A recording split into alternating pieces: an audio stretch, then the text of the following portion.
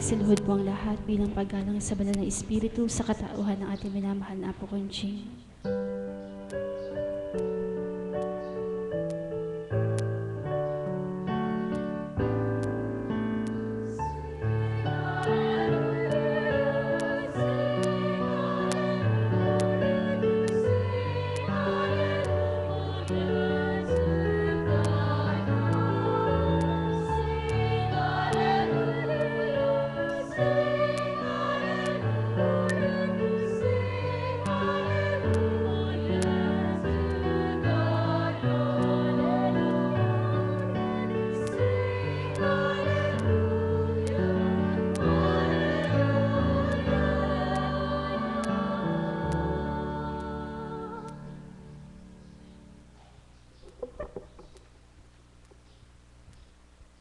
Sumainyo ang kapayapaan. Papuri at pasasalamat ay sa inyo.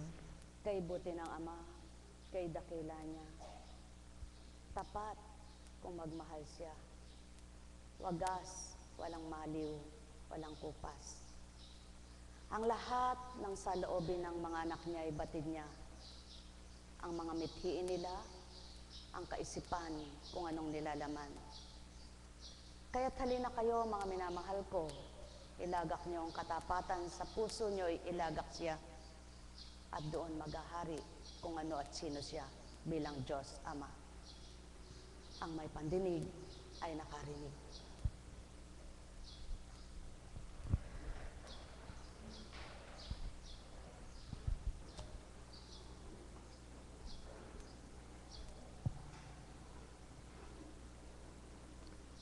Hindi ko po matutulan.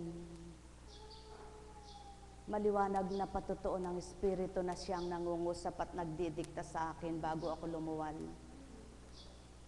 Mahabang taon na rin po ang hindi ko nagawa ang ganitong isiwalat ko kung paano ang kabiyak ng puso ko. Salamat sa mga lagad, sa binigay na pagkakataon, at kay kapatid na Pilar. Bilang tao po, ayoko nagsisiwalat sapagkat ay dumarating sa isip ko na isiwalat ko man yun, pagtawanan lang ako ng iba. Yung iba na may makatanggap, maawa pa. Maawa man sila sa akin, di naman nila gagawin kung anong marapat sapagkat di naman nila ako ganun kamahal. Yun po ba? Subalit ngayon, ano man po ang kahinatnan nitong aking pagsisiwalat, hindi ko po matutulan sapagkat ang bahagi po sa akin ay upang maging isang halimbawa kung paano maglingkod ng may asawa. Maligayang kaarawan ng aming anibersaryo sa aking kabiyak na minamahal, na nag-iisa siya sa aking buhay bilang lalaki. Noon, ngayon, at magpakailanman. Katulad po ngayon, may misyon pagkatapos ng gawain. Sapagkat nakatango ako. Ang sabi po ni Arlene, Apo, di po ba anniversary ninyo? Naku, di ko na mababawi yun. Ang anniversary ay minsan lang dumating sa buhay ng mag-asawa. Ngunit ayokong masira ako sa kalooban ng Ama. Kaya sabi ko sa kanya na marapat po ay hihingi ako ng 3 araw na bakasyon mula nung pa ako. Ngunit ang sabi ko, kailangan tapusin ko yung misyon kong nakahilera, nakasunod-sunod. Sapagkat sunod-sunod pong misyon, ayokong i-adjust ko yon, o kaya magdahilan ako dahil lang doon sa katwiran ko bilang tao. Ano nga ba ang isang paglilingkod? Paniwalaan niyo man po sa ngayon at hindi, ngunit naway mapagnilayan niyo. Matagal ko nang hindi naipagmamagaling ang asawa ko. Matagal ko nang hindi nakukwento ang kabutihan niya. na sa dating buhay ko, siya ang aking para sa akin. Siya yung tatay ko, asawa ko, kapatid ko, kaibigan ko. Napalagay ko pag siyang nawala sa buhay ko, mamamatay ako noong panahon na yon. At kapag niloko ko, papatayin ko siya. Ganun po ako noon. Hindi ko akalain na magiging ganito ako. Hindi ko alam na magiging ganito ang buhay ko. Hindi ko alam na ganito ang magiging misyon ko. Masaya, maligaya. Bagamat sa unang buhay namin ay nagsama kami sa mahirap lang kami parehas. Pares po kaming mag-asawa, bunso siya, panganay ako, breadwinner kaming parehas sa pamilya namin. Pero hindi naging hadlang yun para kami ay magkasundo. Hindi nawawala ang problema. Kumisay, parang sa palagay namin, hirap na kami, nabibigatan na kami. Ngunit mahal namin ang aming kabilaang pamilya. Kaya hindi namin matutulan. Kasabay ng pagpapalaki sa mga anak, kasabay ng pag-aaral ng mga anak, kasabay din ang gusto mong makatulong sa kabilaan. Hanggang sa hindi naman kami pinabayaan ng Diyos, unti-unti nakadama at nakaahon naman sa konting katighawan ay pinahiram kami. At kung kailan ako naroroon na sa alam kong maaabot ko na, alam ko nang nariyan na, mahahawakan ko na.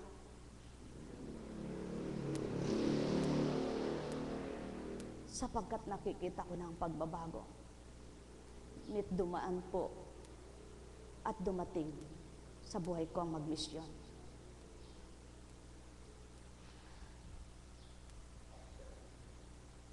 Hindi ako matutulan ng kabiyak ng puso ko sapagkat ang sabi niya sa akin, kung saan ka masaya, doon ako. Nakikita ko, maligaya ka. Nakikita ko, hindi ka dumadaing ngayon na nahihilo, masakit ang batok, masakit ang ulo, masakit ang ganyan. Nakikita ko, maligaya ka. Kaya, kahit mahirap,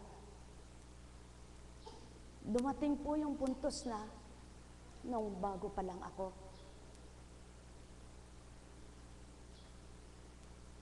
bilang tao, hindi po mawawala yun. Yan ang pinakibakahan ko. Aalis siya, di ko siya makitang palabas ng pintuan sapagkat may pasyente na, maaga. Dili kaya na may pababayaan niya akong tulog sapagkat madaling araw may pasyente. Dinanas po namin mag-asawa yan. May misyon, aalis ka kahit Sabado at Linggo, sasabihin niya, pati ba naman eka yan? Di ba eka Sabado at Linggo lang? Di ba eka Sabado at Linggo lang tayo magkasama? Mula Lunes hanggang Biyernes, Sabado, Linggo, nandito eka, nandiyan pa rin ang tao. Aalis ka pa? Pinaglaban ko po talaga ang Diyos sa kanya. Sinabi ko sa kanya, tinanggap mo ako. Tanggapin mo ng lahat. Kahit naman, hindi po siya kumikibo pag umaalis ako. Sabi ko, pag sinunod kita, nanaig ka, hindi ang Diyos. Aalis po ako. Ngunit dudulog ko siya. Diyos ko, tama ko. Inatasan mo ako. Nananalig ako. Pagdating ko, kikibuin ako ng asawa ko. Maunawaan niya ako. Pagdating ko po, masaya siya. Kumain ka na ba, Eka? Magpahinga ka naman. Madalas po niya sabihin sa akin ang magpahinga. Lalo na po, kapag nakikita niya yung may nararamdaman ako. Bakit hindi ba, Eka, pwedeng magpahinga ka? Ayoko magpahinga. Gusto ko ako, magampanan ko kung ano yung dapat. Huwag mo akong alalahanin, doon ako lumalakas, doon ako sumisigla. Alam ba naman, Eka, ng mga taong nanghuhusga sa iyo yan? Hindi ba, Eka, tinatawanan ka pa? Pabayaan mo sila. Sila nagkakasala, huwag kang magkasala. Marami po kaming pinagdaanan na pagsubok. Maliwanag ko pong maisisigaw na ang kabuhayan ay hindi sapat para maging maligaya. Maliwanag ko rin pong masasabi na hindi naman kami pinabayaan ng Diyos. Gaano po kasakit. Kung minsan bilang tao, akala ko tulog siya pero gising pala. Pag gising ko sa umaga, umayak ka na naman, Eka.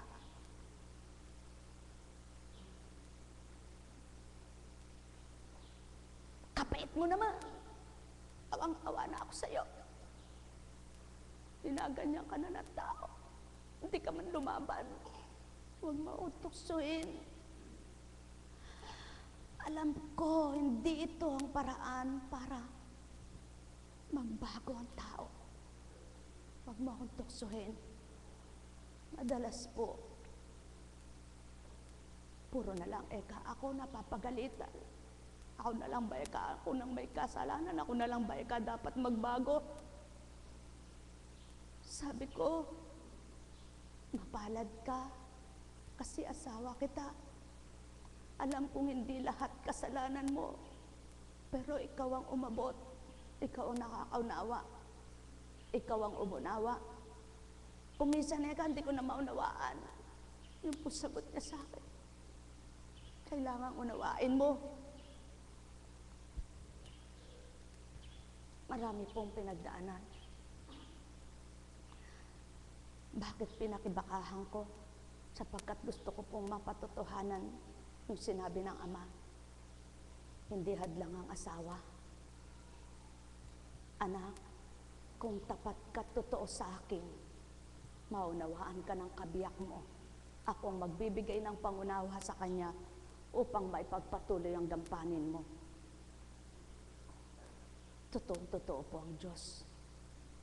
Kung sumuko ako noong mga panahon na yon, dumating po yung puntos na,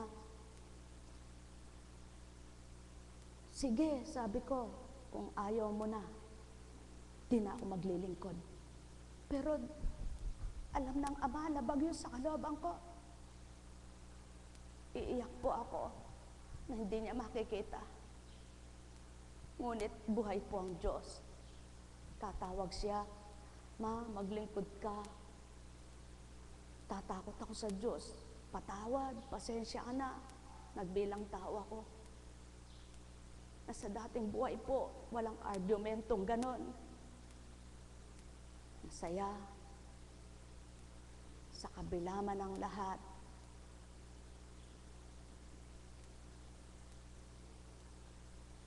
Kung ano lang po ang marapat kong isiwalat na dinidikta sa akin, yun ang aking bibigkas. Naranasan ko sa paglilingkod ko, ang asawa ko ay naririnig ko kapintasan. May mamimintas pa.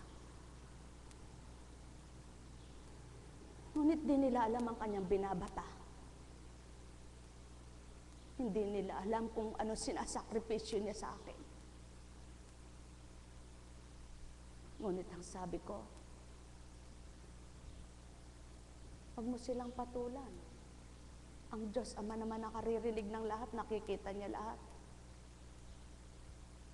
Kung makikinig ka sa kanila at matatangay ako, asawa kita, natural. Sinong kakampihan ko, di ba ikaw? Pero ayoko magbilang tao eh. Kaya bayaan natin sila. Lagi mong tatandaan, ano man ang sinasabi ng tao, naririnig ng Diyos Ama. Ano man ang ginagawa ng tao, nakikita na yan. Ngayon, kung palagay nila, ikaw ang mali. Ang Diyos, alam niya yan lahat. Kung palagay mo naman, tama ka, ituloy mo yung tama mo. Ngunit kung nakikita mo mali ka, huwag mo itutuloy. Ganyan po lagi. Ngunit kailanman, hindi pananaig yung para sa Kanya. Kaya kung minsan, Nasabi ko po sa Ama, bakit ganon? Ginagawa mo ako laging halimbawa. Kaming mag-asawa ang nahihirapan. So, sakripisyo. Pero wala namang alam yung kapwa namin. Dumating po sa buhay namin ang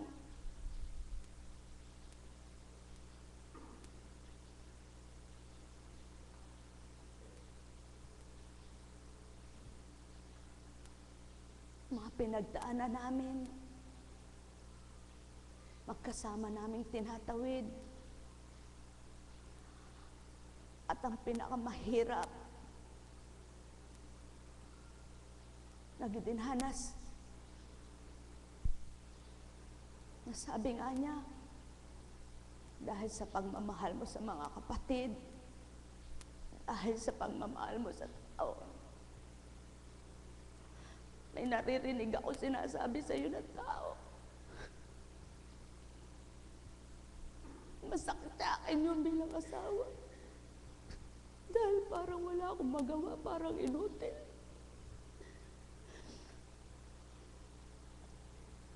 Pero alam po ng Diyos, kung sa aming buhay lang, hindi kami pinabayaan. At di ko dadanasin ang dayon. Ganyan at ganun. Salamat po. Salamat. Kahit siya pang pinakapangit sabihin ng tao, kahit siya pang pinakapanda para sa akin po, siya lang nag-iisang lalaki na binigay ng Diyos sa akin. Na hindi ko siya kahihiya kahit kanino. Na hindi ko po siya itatakwil sapagkat alam ng Diyos kung ano ginampanan niya sa buhay ko. Kung ano ginampanan niya sa mga anak ko. Nung ginampanan niya sa amin, na ngayon ay hindi ko na nagagawa. Sa totoo lang po, talagang sasabihin ng tao, Andres siya eh. Bakit po? Na dating hindi niya ginagawa. Pero ngayon po, siya naglalaga ng dahon-dahon ko kung iniinom. Pagising ko, nandyan na yung iinumin ko. Kung nandun ako sa computer, dildilin niya na doon. Pag nasa pagkatawa ko, minabasdan ko yung asawa ko. Ayokong matangay. Ayokong masabi, bakit ganito? Sa dating buhay ko, hindi kami ganito.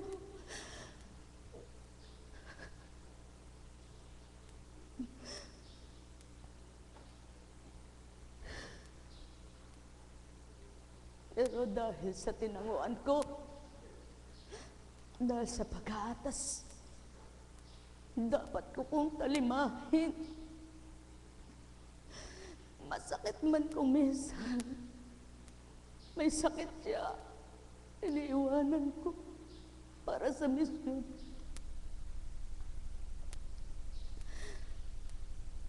Pero ang pakinabang naman po yung masaya kami pag-uwi.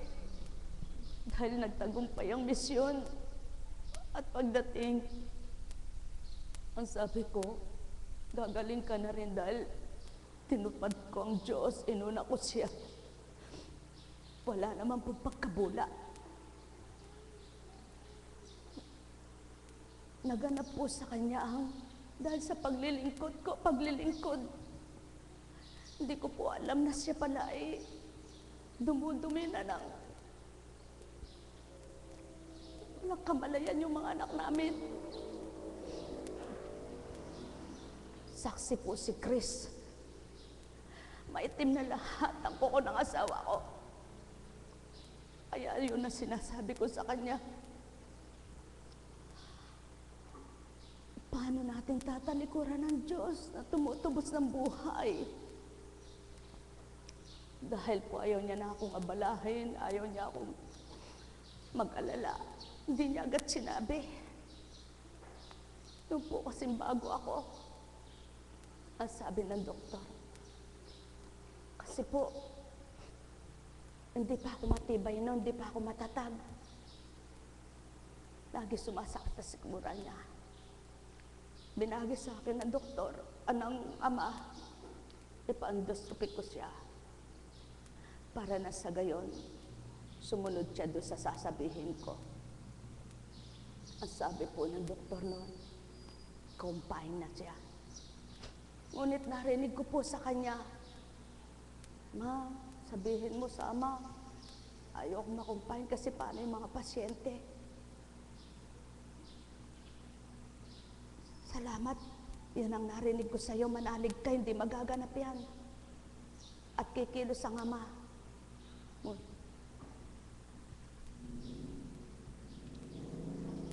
Buntis pa po si Bunso noon. Habang in-endoscopy siya, nananalangin kami dalawa. Nang lumabas po yung resulta, gusto i-confine. Subalit kumilos ang Diyos. Sabi ko, Ama, alam kong di totoo yun. Gagawin mo po ang marapat. Nakakauwi kami. May ginawa pang isang pagsusuri. Pag ganito, ang kulay na lumabas nito, sige, umuwi kayo. Kaya lang oras na dumumi siya, na may dugo. Balik mo. Hindi po nangyari yun. Nilabas po, nakauwi kami. Hindi po siya nakumpain. Subalit, nung pong time na yon na nangyari sa kanya, na dumumi po siya ng maitim, ganyan, hindi niya sinasabi sa akin. Diyos ko, tama ko, kundi po ako pinalakas ng Ama, kundi niya ako pinatapang, kundi ako nagbilang espiritu, at kundi sa pagkatao ako nagari.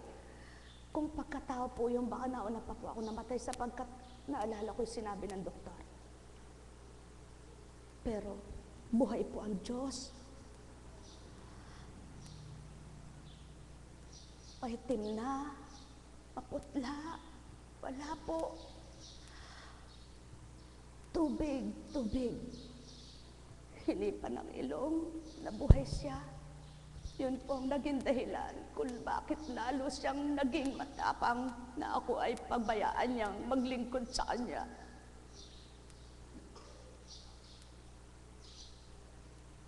Wala pong nangyari sa asawa ko at tinura ng banal na espiritu, anak. Niloob kong mangyari yan sapagkat may daratal na pasyente. Ganyan ang kaso.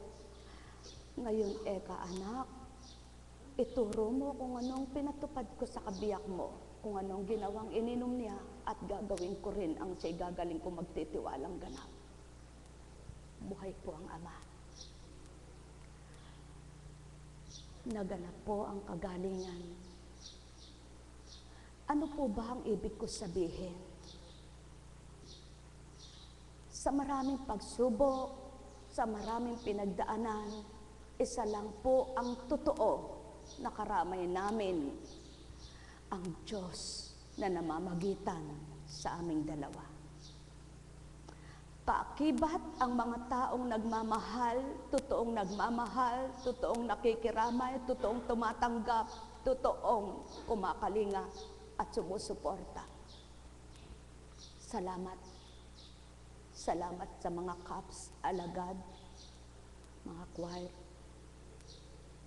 mga kasamahan ko sa manggagawang ito, ay team, mga tagasunod na napaka tapat mula sa simula. Na naging kalasag ko po at lakas para patuloy kong gawin ang dapat kong tupdin. Hindi po naging hadlang kung ano man ang mga pinagdaanan naming mag-asawa para sa gayon tuparin namin. Di man niya matupad na lubos-lubos ang kanyang gampanin, sapat na po kung anong kulang niya, kapunuan kong ginagawa. At ang pagkukulang ko naman para sa pamilya ko, siya naman ang nagpupuno kung ano ang marapat. Ano po yung pagkukulang na yon?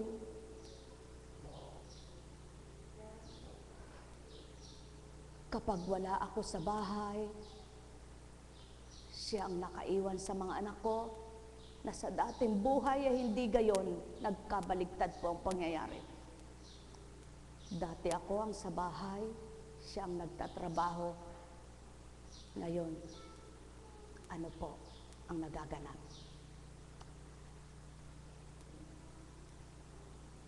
Hindi pa po takda para isiwalat kong lahat ang mga pinagdaanan namin.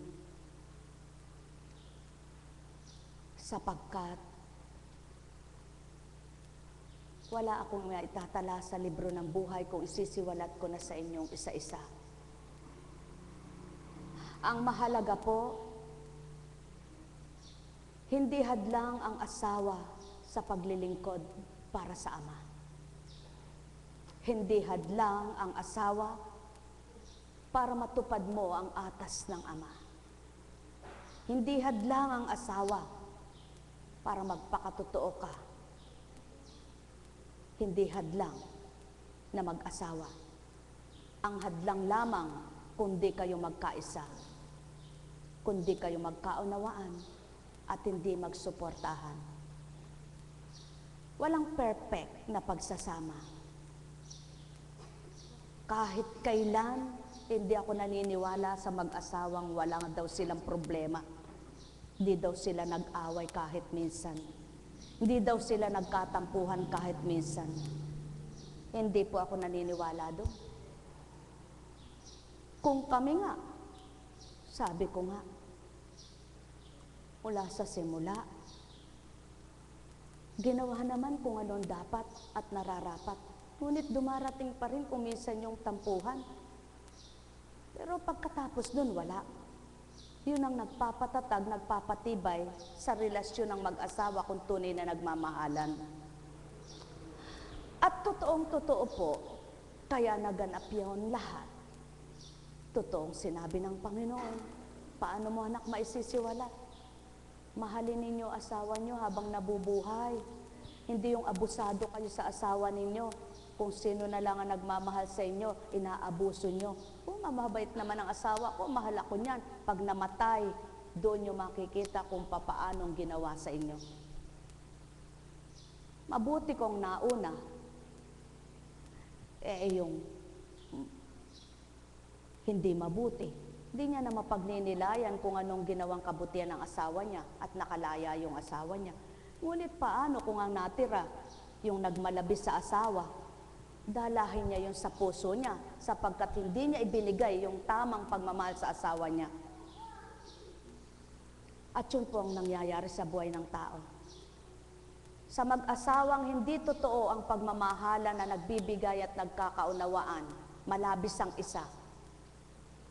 Parusa ng Diyos pag nawala ang isa, doon makikita kung papaano ang pagsisisi ay gagawin dahil hindi pinadama ang tapat na pagmamahal. Kaya dalahin nyo ng nagdadala. Ngunit kung parehas nyong binigay, yung karapatan ninyo bilang mag-asawa, dahil nag-asawa kayo, di naman kayo pinilit at di kayo pinikot, kundi kayong dalawa, nagkaisang magsama. Nagkamali ka man sa pagtanggap sa kanya kung akala mo mayaman siya, ngunit di pala mayaman, mahalin mo pa rin dahil pinakasalan mo na. Magkakaisa na kayo dahil mag-asawa na kayo. Ngunit marami po ang nangyayari.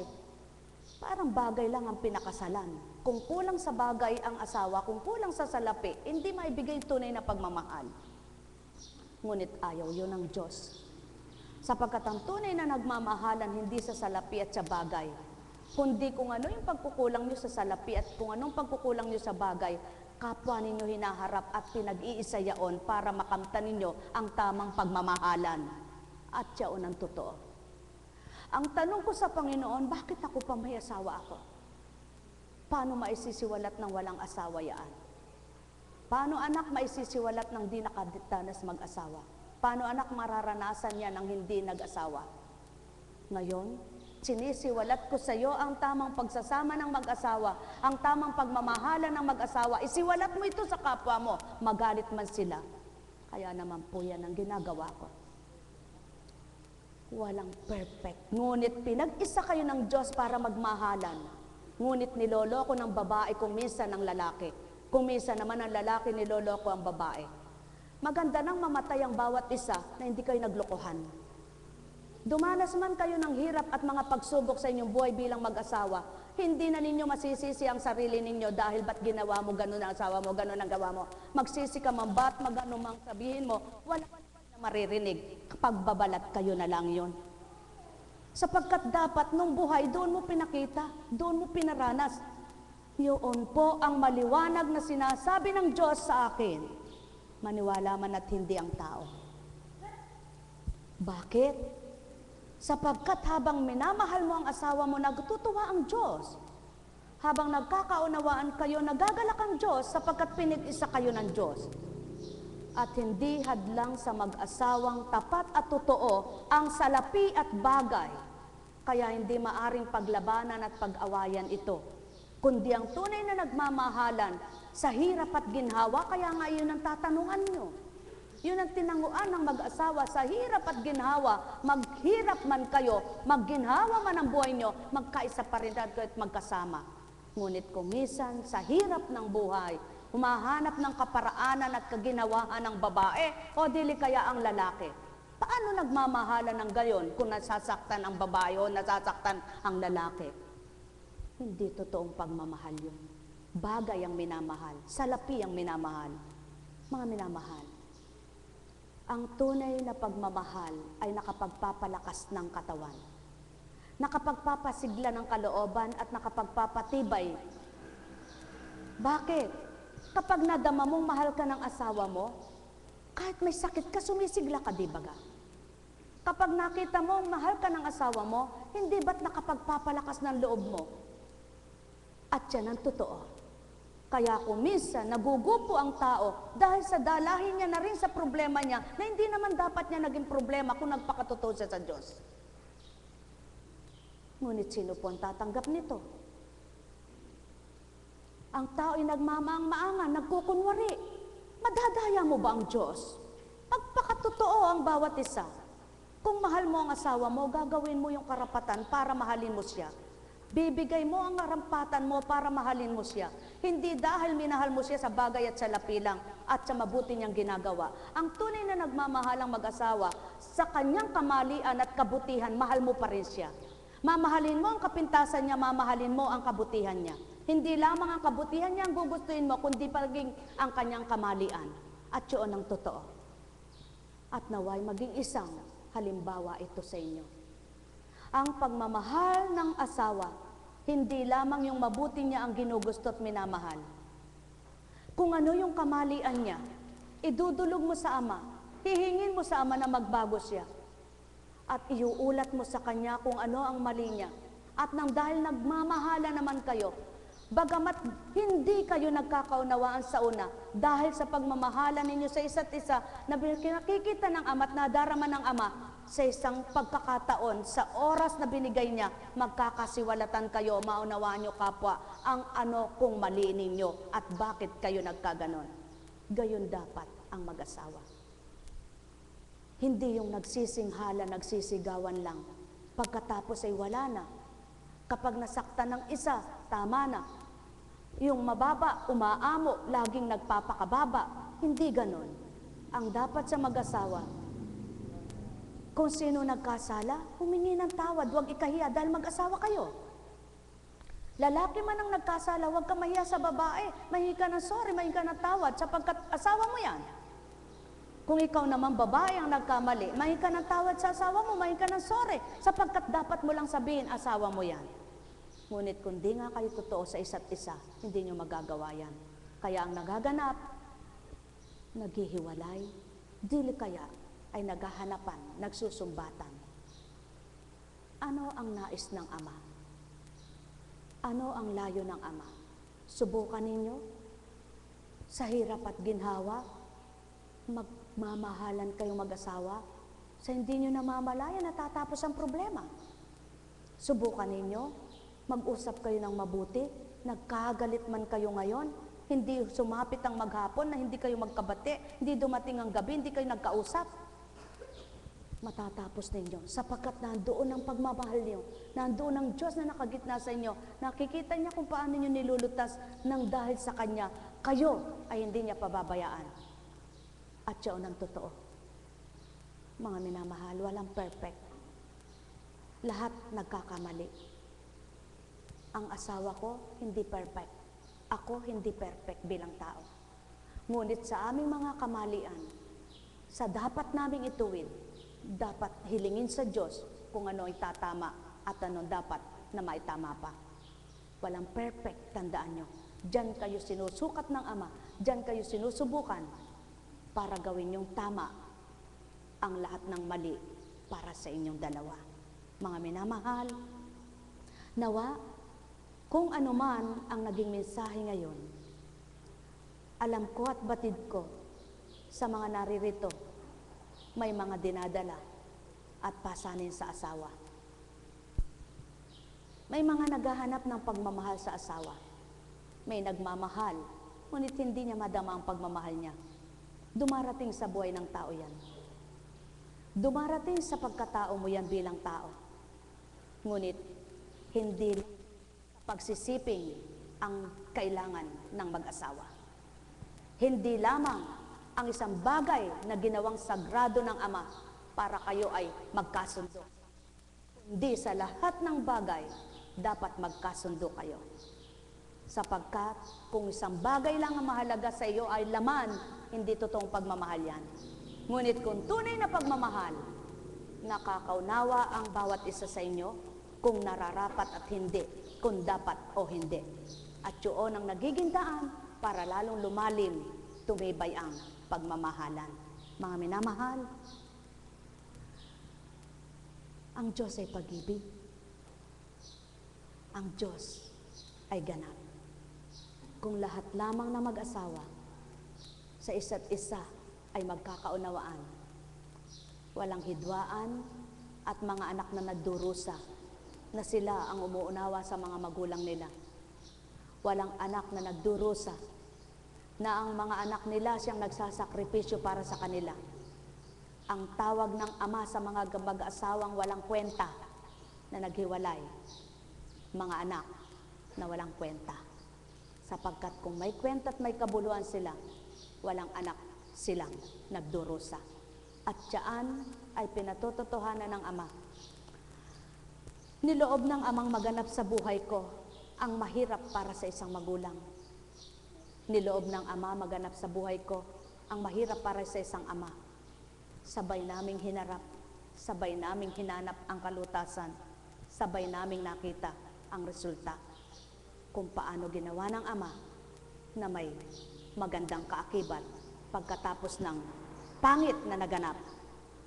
May mabuting kaakibat pagkatapos ng masamang naganap. May liwanag na naganap pagkatapos ng dilim. May hirap na pinagdaanan, ngunit kagaanan ang nakamtan. Mga minamahal, nawa, naging kabutihan sa puso ninyo ang karampot na bahagi upang sa gayon, mapahalagahan na ninyo ang asawa ninyo. Lalaki, pahalagahan mo ang babae, asawa mo yan. Babae, pahalagahan mo ang asawa mo yan. Para nang sa gayon, hindi nagaganap yung lumalalim ang sakit dahil sa sama ng loob sa asawa. Tumitindi ang sakit dahil sa sama ng loob sa asawa. Naghihirap ang loob dahil sa sama ng loob sa asawa. Hindi nakadama, hindi madama ang pagpapahalaga ng asawa. Maraming nagaganap na ganito. Mga minamahal, ang asawa sa hirap at ginhawa, kaakibat siya. Kaya kung minsan masasabi mo pa, kung wala ka palang asawa, paano na kahit gaano ka kamahal ng mga kapatid mo, kapag ang asawa mo'y mahal ka't nagmamahalan kayo, iba ang nagagawa ng asawa.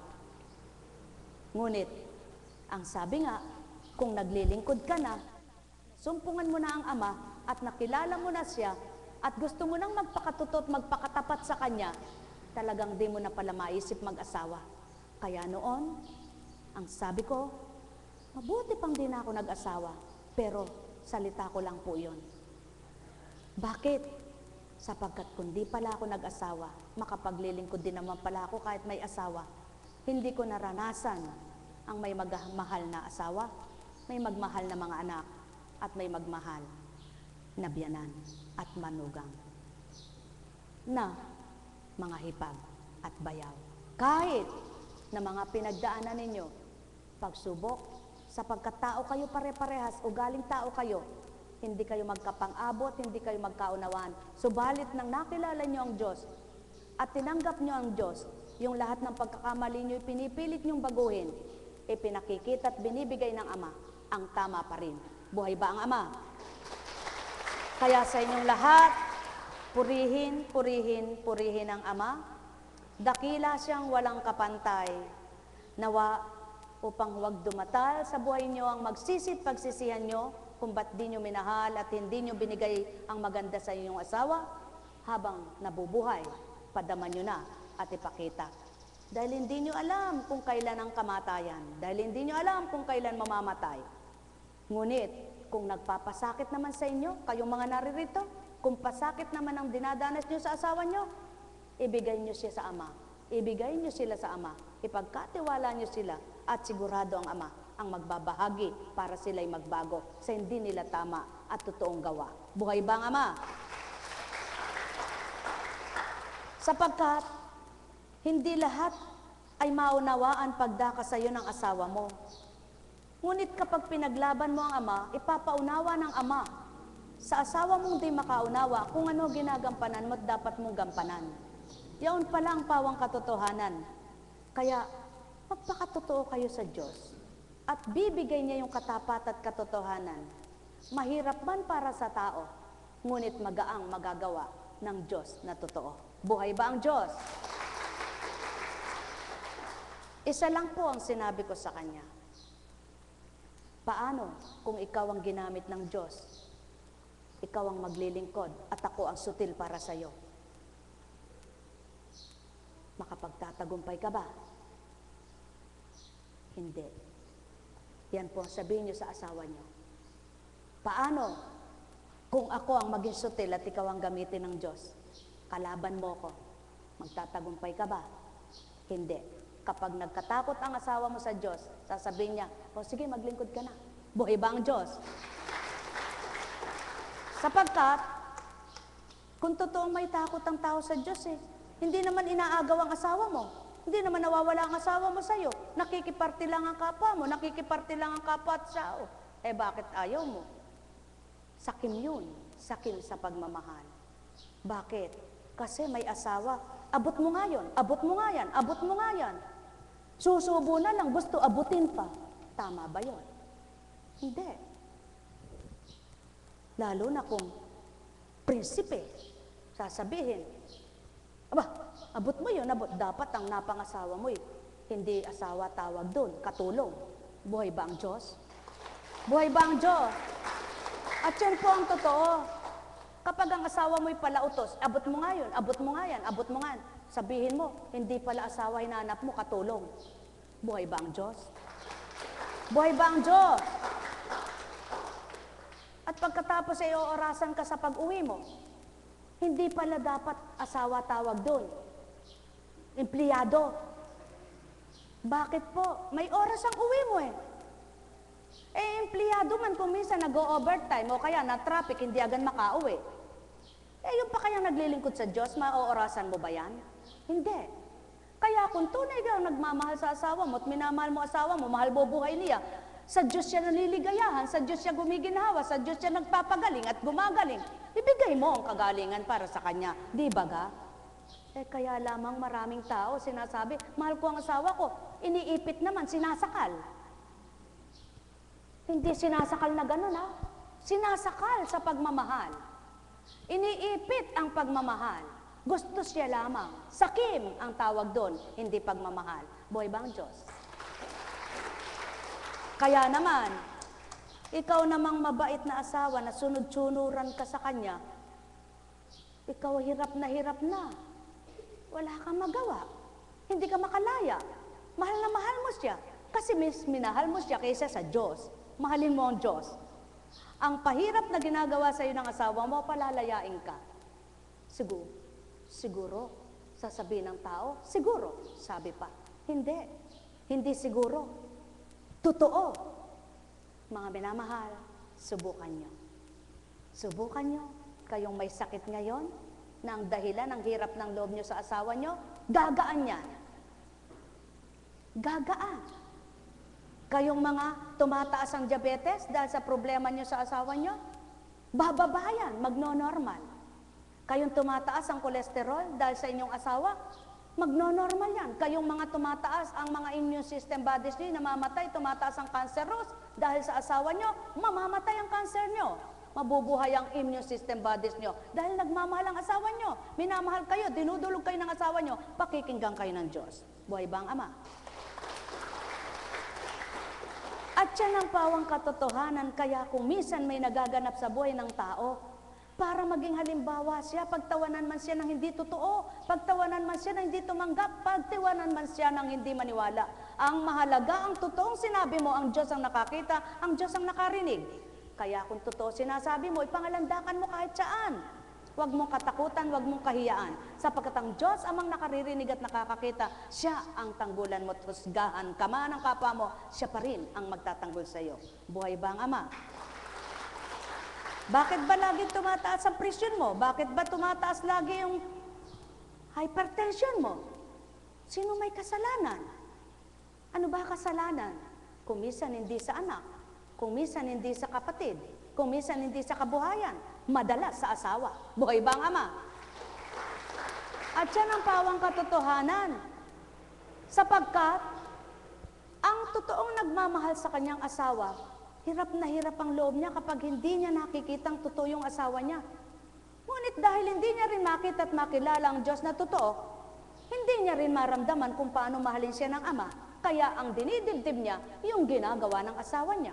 Kaya maraming namatay sa sama ng loob sa asawa. Nawa kayong lahat, huwag mamatay sa sama ng loob sa inyong asawa. Pagpalain kayo. Naririto rin yan, mga minamahal ko. Naririto rin yan ang asawa.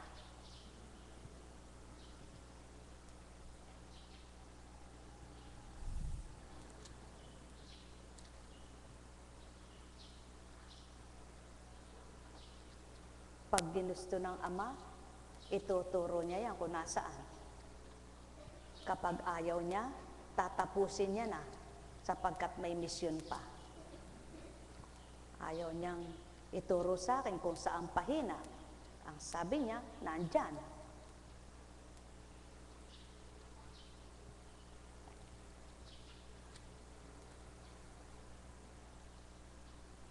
Gusto niyo pong marinig? Hilingin niyo sa Ama, ibigay.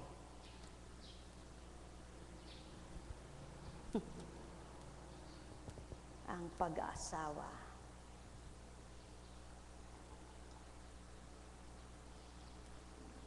Lalo na yung asawang lalaki,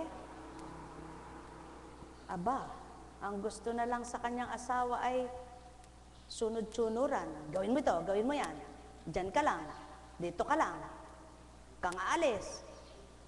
Ganyan pala ang buhay sa lupa, ano? Sumunod ng sumunod sa asawa. Ang sabi ng Ama, sumunod ka sa akin, anak. At yung asawa mo, pasunurin mo rin sa akin. Buhay ba ang Diyos? Buhay ba ang Diyos? Pakatandaan niyo po. Ang sabi ng Ama, sumunod ka sa akin at pasunurin mo rin ang asawa mo. Kaya kapag sumunod po kayo, susunod din ang asawa nyo. Kapag hindi kayo sumunod sa kanya, di nyo mapapasunod ang asawa nyo. Kaya sasama loob nyo. Masamang-masama ang loob nyo. Buhay ba ang Ama? Ngunit subukan yung sundin ng Diyos. At kung ano ang hinihingi mo para sa kanya, para sa asawa mo, ibibigay niya.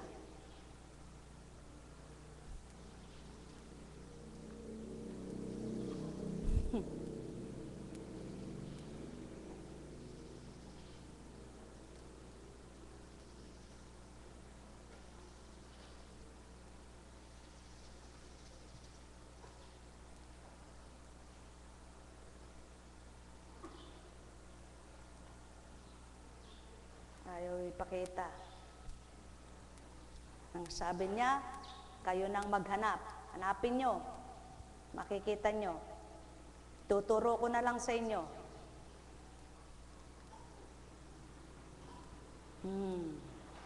Eto po, tinuro na. Ang pagpili sa asawa. Lahat ng uri ng pagkain ay maaring kainin, ngunit may pagkain may masarap kaysa iba. Kung paano nalalasap ng dila ang lasa ng pagkain, nahahalata naman ng matalino ang nagsisinungaling. Nagdudulot ng dalamhati ang may budhing sukab, ngunit iyon ay naitutumbalik ng may karanasan. Kailangan tanggapin ng babae ang sinumang lalaking itakda sa kanya. Ngunit ang lalaki ay dapat mamili ng magiging asawa. Ikinaliligaya ng lalaki ang alindog ng babae at liban dito'y wala ng ibang tanawing higit na kawili-wili sa paningin ng lalaki. Ngunit kung ang babae mabait pa at magiliw mangusap, pinakamapalad na sa lahat ng lalaki ang kanyang asawa. Buhay ba ang Diyos? Kaya lamang, kung minsan, ang kawawa, ang lalaki, minahal ng gusto ang babae, inabuso ng babae, hindi inalintana kung ano ang gusto ng lalaki. Pare-parehas lang yan. Kung papaano ang babae ay nagmamahal ng tapat sa lalaki, may nagmamahal ding tapat na lalaki sa babae. Kaya lamang, kapag hindi ka nakatagpo ng asawa, tulad ng lalaki, nakatagpo siyang asawa niya, walang alam kundi magsosyal, walang alam kundi magpasarap, walang alam kundi makihalubilo sa tao, hanapin yung kalayawan, hanapin yung ganito at ganyan, ang asawa ay nagpapakahirap, hindi naalala, kawawa ang lalaki. Ganon din ang babae. Kapag ang lalaki walang alam kundi parang binata, walang alam kahit anong oras umuwi, parang binata, hindi naiisip yung asawang naghihirap maghintay. Parehas lang ang dating. Kaya,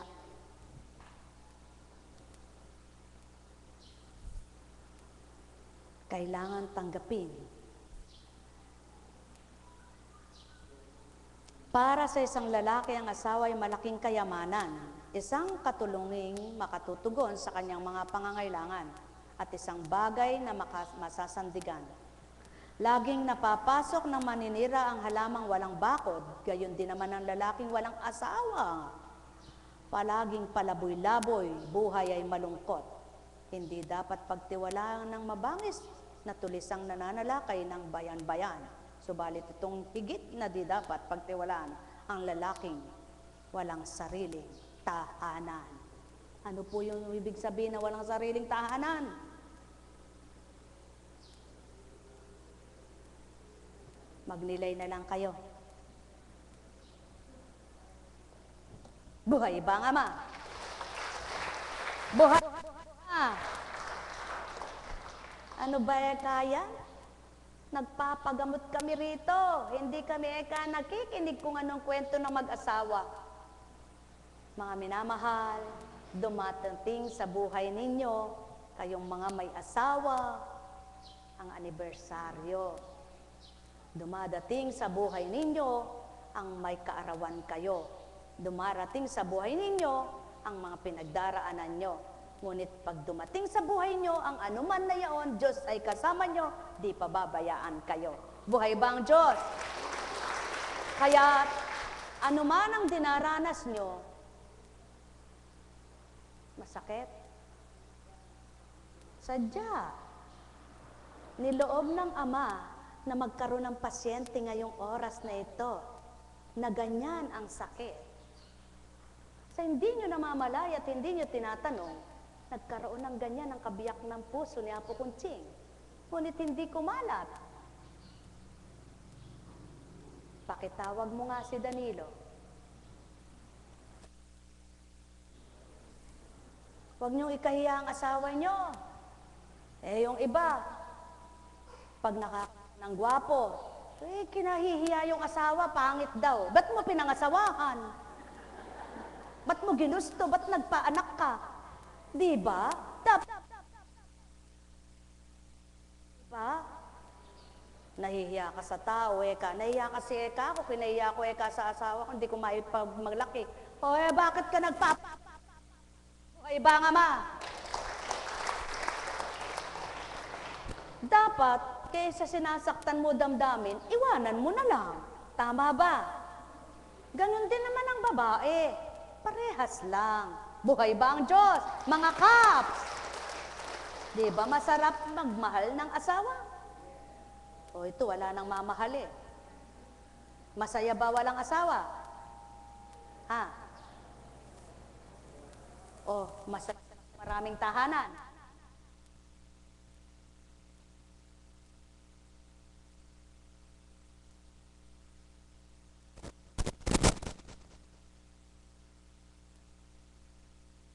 Ito po.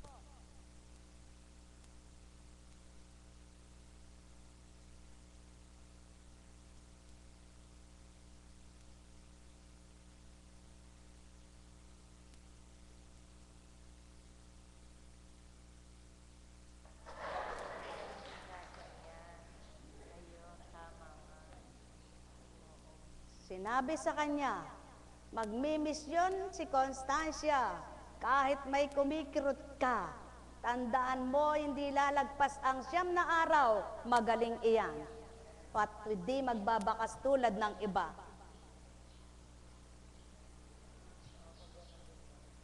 Walang kirot na napakatagal. Ngunit 2 gabi, hindi natutulog sa sakit at kirot. Bakit? Upang patotohanan ng Ama ang hiwagat kapangyarihan niya, alikalagad na nagkaganito.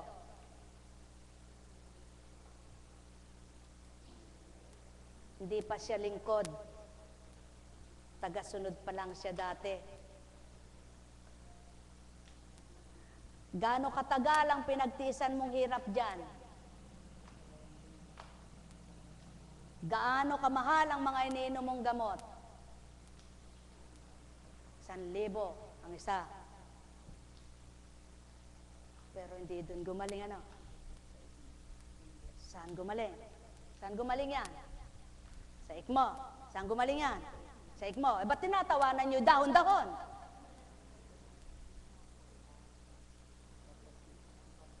Ba't pinagtatawanan nyo yung katas-katas? Eto maliwanag na patuto. Katas-katas. Kumatas. Natuyo. Gumaling. Buhay ba ang Ama? Hindi masama. Pwede ka na. Salamat. Hindi masama. Hindi masama, mga minamahal. Hindi masama ang uminom ng gamot. Ngunit alam nyo ba ang dahilan kung bakit may ginawang ganitong gawain ng Ama? Sapagkat sa kanyang pagmamahal, sa kanyang kadakilaan, sa kanyang kahiwagaan, sa kanyang kapangyarihan, upang patotohanan sa tao, hindi naman lahat ng gawa nyo ay magiging makabubuti. Ngunit ang gagawin ko, lahat ikabubuti. Buhay ba ang Ama? Kaya ang totoo sa akin at nagpapakatapat sa simpleng pagtatawanan ng kapwa niya, bibigay kong hiwaga ko. At yan ang natutupad at nagaganap. Sadyang mapakasakit niyan. Sadyang kikirot at di ka makakakain. Sapagkat tagos hanggang loob yan. Tabing utak pa naman. Naturalmente, tabing utak. Kung sasabihin ng tao niya, nako, baka magka-herpes ka pa ng utak niyan. Buhay ba ang Ama? Ngunit huwag kang mabahala at matakot. Magpakatapat ka, magpakatotoo ka. Tanggapin mo ang Diyos ay may magagawa sa iyo sa oras na ito. Buhay ba ang Ama? At yan ang dahilan. Nag-date kayong mag-asawa, kayo lang ang nasiyahan. Kumain kayo sa labas, kayo lang ang natuwa. Ngunit kapag binigay mo ang paraan ng Ama sa kapwa mo, pinagpaliban mo ang araw na yaon para sa kapwa mo, ang Ama magbibigay silbing liwanag at galak ng buhay nyo. Buhay ba ang Ama? Mga minamahal, maraming katwiran ng tao na hindi katwiran ng Ama. Maraming dahilan ang tao na di pumapasa sa Ama. Sapagkat katwiran lang yaan bilang tao.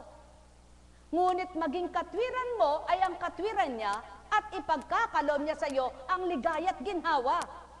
sapagkat hindi lamang sa tinapay nabubuhay ang nilalang.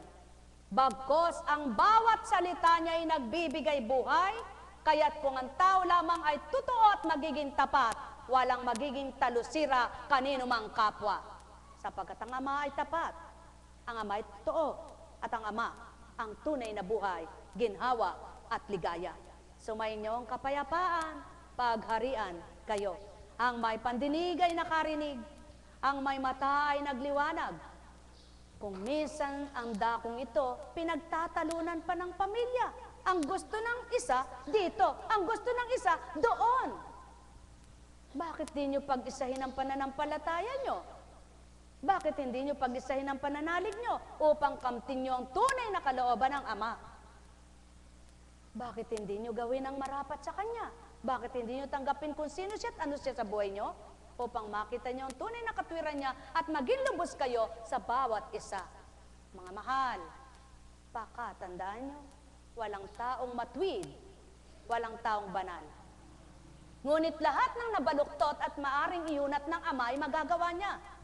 Lahat ng nagkamali at maaari niyang itama at gusto niyang maitama at gusto ng tinatama, maitatama niya. Ngunit lahat ng maitatama niya at hindi susunod sa kanya ay hindi niya magagawang maitama. Lahat ng gusto niyang itama at maituwid kung ayaw nila ay hindi magagawa. Kaya tao, sumunod ka, makinig ka, at makikita mo ang gagawin ng Ama sa iyo. Ang may pandinig ay nakarinig. Katotohanan ng sakit tinuturan. Yamang kayo'y naririto't isip nyo ay sama. Paging dapatin yung marapat kalooban ay tanggapin siya, mapapatotohanan nyong buhay na buhay siya. Ang may pandinig ay nakarinig. Nekkarameneyahanam, nekkarameneyahanam, nekkarameneyahanam. Buhay ba ang Diyos? Buhay ba ang Diyos? Tapat ba ang Diyos? Totoo ba ang Diyos? Kaya, magpakatotoo po ang puso at mararamdaman nyo sa puso nyo ang ginhawa. Huminga nga kayo ng lumaluwag. Maluwag po ba yan? Maluwag ba talaga yan?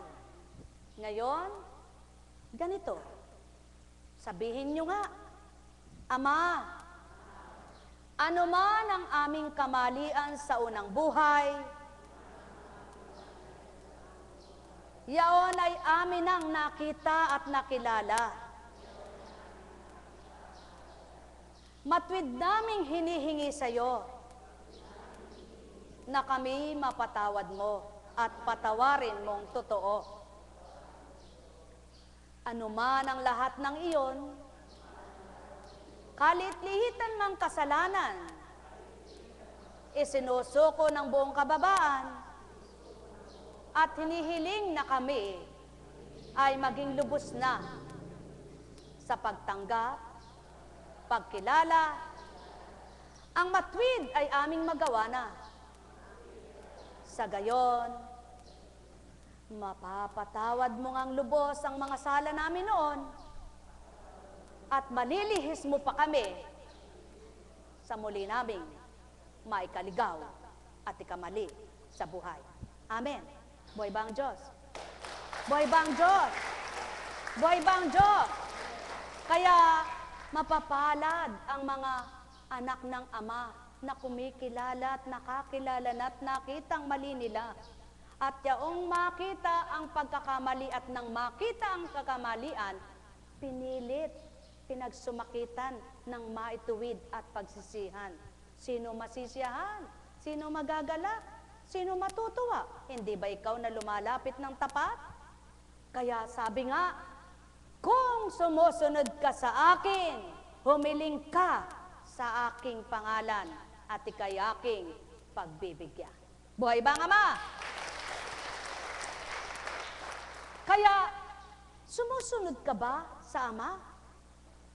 Hinihiling mo ba yung anak mo? Hindi man ura-urada pagdakay eto binigay niya. Sa pagsunod mo, hindi mo namamalayan, pinagkakalob na pala hinihiling mo sa kanya. Hinihiling mo ba ang kapwa mo? Na minamahal mo, di mo man kaano-ano. Nakita ng Ama, tapat ka sa pag-ibig sa kanya. ipagkakaloob niya dahil sa iyong tapat na nakikipagtotoo. Mga minamahal, ang bawat araw ay kasiyahan, kagalakan, at katuparan sa kalooban ng Ama. Dumama kayo, maramdaman nyo, tumanggap kayo, pakikita niya kung sino nga siya. Walang perpektong buhay dito sa mundo. At ginawa ng Amang walang perpektong buhay upang anuman ang kulang, mali at pagkakasala, maitama lahat niya. Pagpalain kayo. Nagkarameneyahanam, nagkarameneyahanam, nagkarameneyahanam. Buhay ba ang Ama? Buhay ba ang Ama? Tapat ba ang Diyos?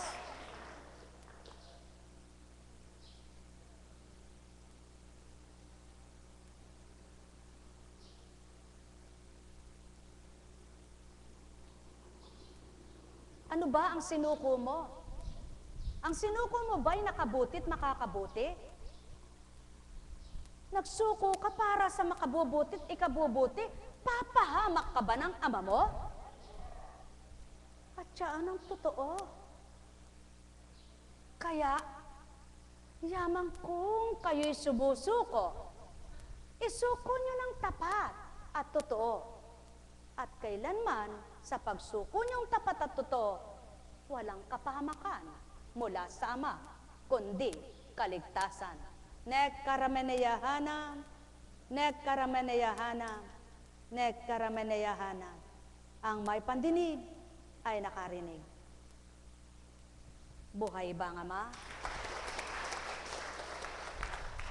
Buhay ba ang Ama? Tapat ba ang Diyos? Totoo ba ang Diyos? Totoo at tapat ang Diyos. Kung papaano ngayon ay pure. Pure, walang halo. Ngayon lang nangyari ito. Ang sarap kung pure, ano? Pure na malinis. Ang isip nyo.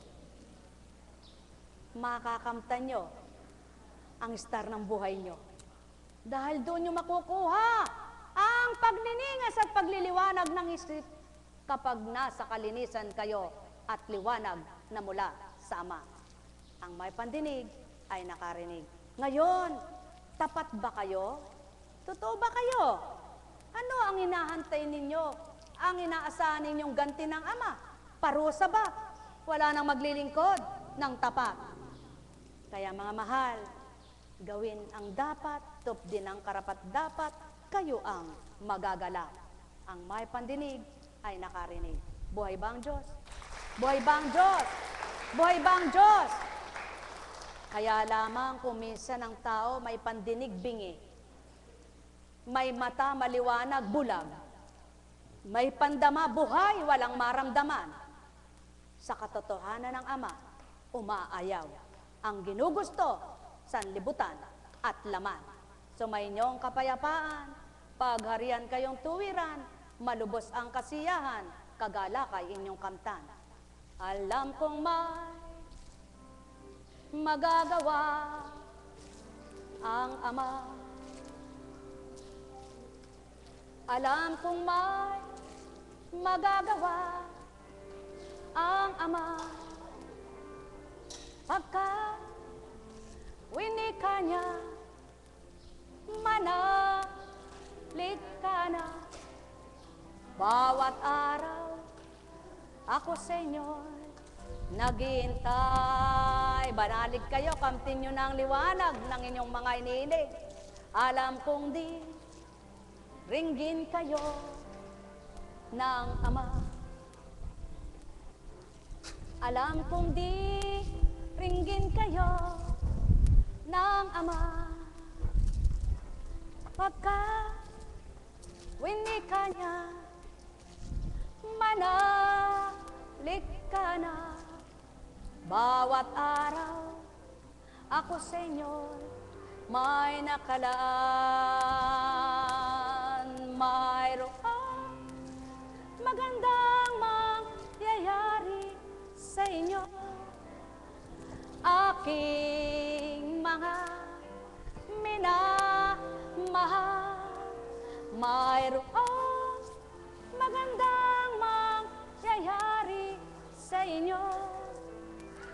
manalig, umangkin at tanggapin. Alam kong may magagawa ang Ama.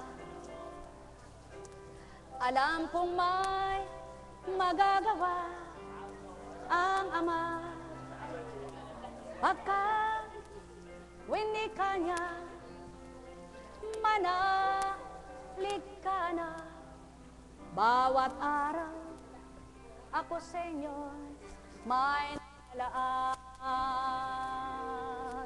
Mayroong magandang mangyayari sa inyo, aking mga minamahal.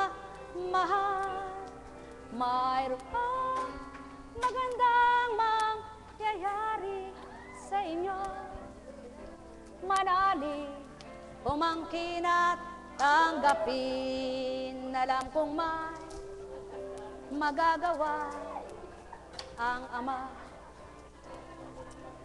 Alam kong may magagawa ang Ama. Pagkat winika niya, manalig ka na. Bawat araw ako sa inyo may nakalaan. Mayroong magandang mangyayari sa inyo, aking mga minamahal. Mayroong magandang mangyayari sa inyo, manalig, umangkin at tanggapin. Alam kong may magagawa ang Ama. Alam kong may magagawa ang Ama. Pagkat winika niya, manalig ka na. Bawat araw ako sa inyo may nakalaan. Mayroong magandang mangyayari sa inyo, aking mga minamahal. Mayroong magandang mangyayari sa inyo, manalig, umangkin at tanggapin. Buhay ba ang Diyos? Buhay ba ang Diyos? Mga minamahal, salamat. Purihin, purihin, purihin po ang Ama. Hindi naman po inagaw ko lahat yung gawain. Ano po?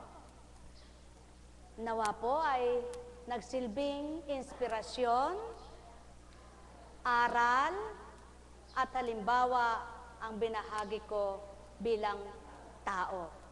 At maging ganap na makita po ninyo kung papaano ang dapat at nararapat. Lahat ng tao ay may mali sa unang buhay. Lahat ng pagkatao ay nagkakamali. Kaya po binibigay ng Diyos ang Espiritu sa ating pagkatao upang siyang magtama, magtuwid, magpatatag, magbigay katimpian. Sa tama ay makagawa, sa totoo ay tumupad, at ang hindi natin kaya, ang Diyos Espiritu ang magbibigay sa atin. Buhay pa ang Diyos? Buhay po ba ang Diyos? Totoo po ba ang Diyos? Tapat po ba ang Diyos? Kaya sa inyo pong lahat, tama po ba at tama po ba at tama po ba na kayo ay magmahal? Totoong-totoo po. Tamang-tama, tumpak na kayo ay magmahal. Ang Diyos naman po ay nagpapalaya, di po ba? Totoong-totoo po yan. Ilang beses na at ilan na po ang mga pinagsabihan ng Espiritu. Tandaan mo anak, nakikita ko ang katotohanan kung sino nga ang dapat na aking panigan. Alam ko na hindi na tama ang ginagawa ng iyong asawa at hirap at dusa na pinagdaranan mo, palalayain na kita. Ganun po. At bibigyan kita ng kaginhawahan. Totoo po yan. Kapag nakita ng Diyos, sobrang pasakit, sobrang hindi tama, ayaw naman po niya yun eh. Ang gusto niya, siya ang madama nyo, siya ang maramdaman nyo, upang lahat ng dapat baguhin ay ibigay niya. Naniniwala po ba kayo doon? Naniniwala po ba kayo doon na ang bawat sakripisyong totoo at tapat ay may kaakibat na galak? Totoong-totoo po yan. Lahat ng sakripisyong may kaakibat na katotohanan at katapatan, galak din ng kaakibat. Buhay ba ang Diyos? Kaya sa inyong lahat, tunay nga po. Ang tao naman, wag lang magmataas, wag lang mga tuwira na sariling katwiran eh. Alam naman niya yung mali niya, di ba? Hindi naman po pwedeng hindi mo alam yung mali mo eh. Nagtatangak-tangahan ka na lang pag sinabi mong hindi mo alam ang mali mo. O kaya ay nagmamaang-maangan ka, o kaya ay nagsisinungaling ka, o kaya ay ang tapang mo lang. Pero sa Diyos, di ka natatakot? Di po ba? Huwag tayong magpakatapang sa hindi dapat magpatapang at magpakatapang. Tayo po'y maging matapang sa Diyos at magpakatapang tayo sa Kanyang mabuting gawa. Ngunit sa alam nating mali ay huwag po tayong magpakatapang, magpakaduwag tayo. Di baling duwag tayo, sapagkat wala tayong magagawang mabuti kapag matapang tayo sa